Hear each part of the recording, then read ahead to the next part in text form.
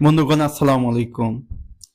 আমরা সকলে জানি, বেশ কিছুদিন আগে মার্কিন যুক্তরাষ্ট্র এবং ইউরোপের বেশ কিছু বিশ্ববিদ্যালয়ে ফিলিস্তিনের উপর ইসরায়েলের আগ্রাসন বিরোধী বিক্ষোভ এবং আন্দোলন সংগঠিত হয় এবং সেই সমস্ত আন্দোলন থেকে ফিলিস্তিনের উপর ইসরায়েলের সকল ধরনের আগ্রাসনকে বন্ধ করার দাবি জানানো হয় এবং ফিলিস্তিনকে যাতে একটি পূর্ণাঙ্গ স্বাধীন দেশ হিসেবে স্বীকৃতি দেওয়া হয় সেই দাবি জানানো হয়। এবং মার্কিন যুক্তরাষ্ট্র এবং ইউরোপের বিশ্ববিদ্যালয়ের সঙ্গে যাতে জায়নবাদী ইসরায়েলের সকল সম্পর্ক ছিন্ন হয় সেই দাবি জানানো হয়।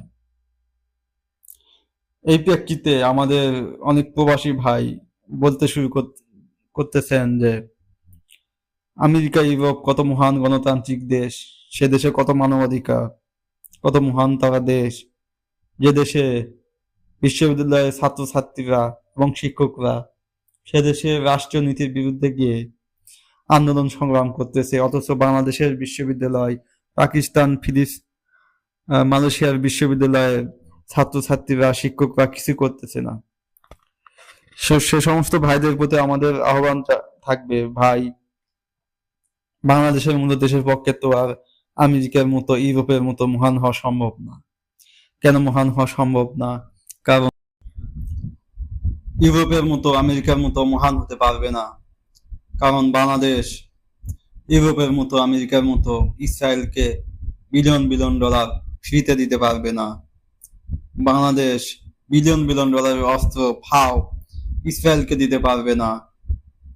ইসরায়েল যে সমস্ত অস্ত্র দিয়ে ফিলিস্তিনের উপর গণহত্যা চালাচ্ছে, বিমান হামলা করতেছে, সে সমস্ত অস্ত্র আমেরিকা এবং ইউরোপের পক্ষেই দেওয়া সম্ভব, বা চায়নার পক্ষে দেওয়া সম্ভব। বাংলাদেশের মতো দেশের পক্ষে তো আর ভাই দেওয়া সম্ভব না। বাংলাদেশ তো আর আমেরিকার মতো, ফ্রান্সের মতো, ব্রিটেনের মতো জাতিসংঘের নিরাপত্তা পরিষদের স্থায়ী সদস্য না যে বাংলাদেশ নিরাপত্তা পরিষদের বৈঠকে ইসরায়েলের পক্ষে ভেটো দিবে।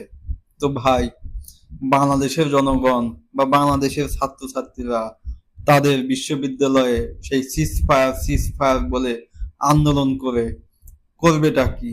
এখানে কি এই আন্দোলনের দরকার আছে? সেই প্রয়োজনটা কি আছে? অতএব ভাই, বাংলাদেশের পক্ষে তো আর ইউরোপের মতো, আমেরিকার মতো মহান হওয়া সম্ভব না, আদৌ সম্ভব না।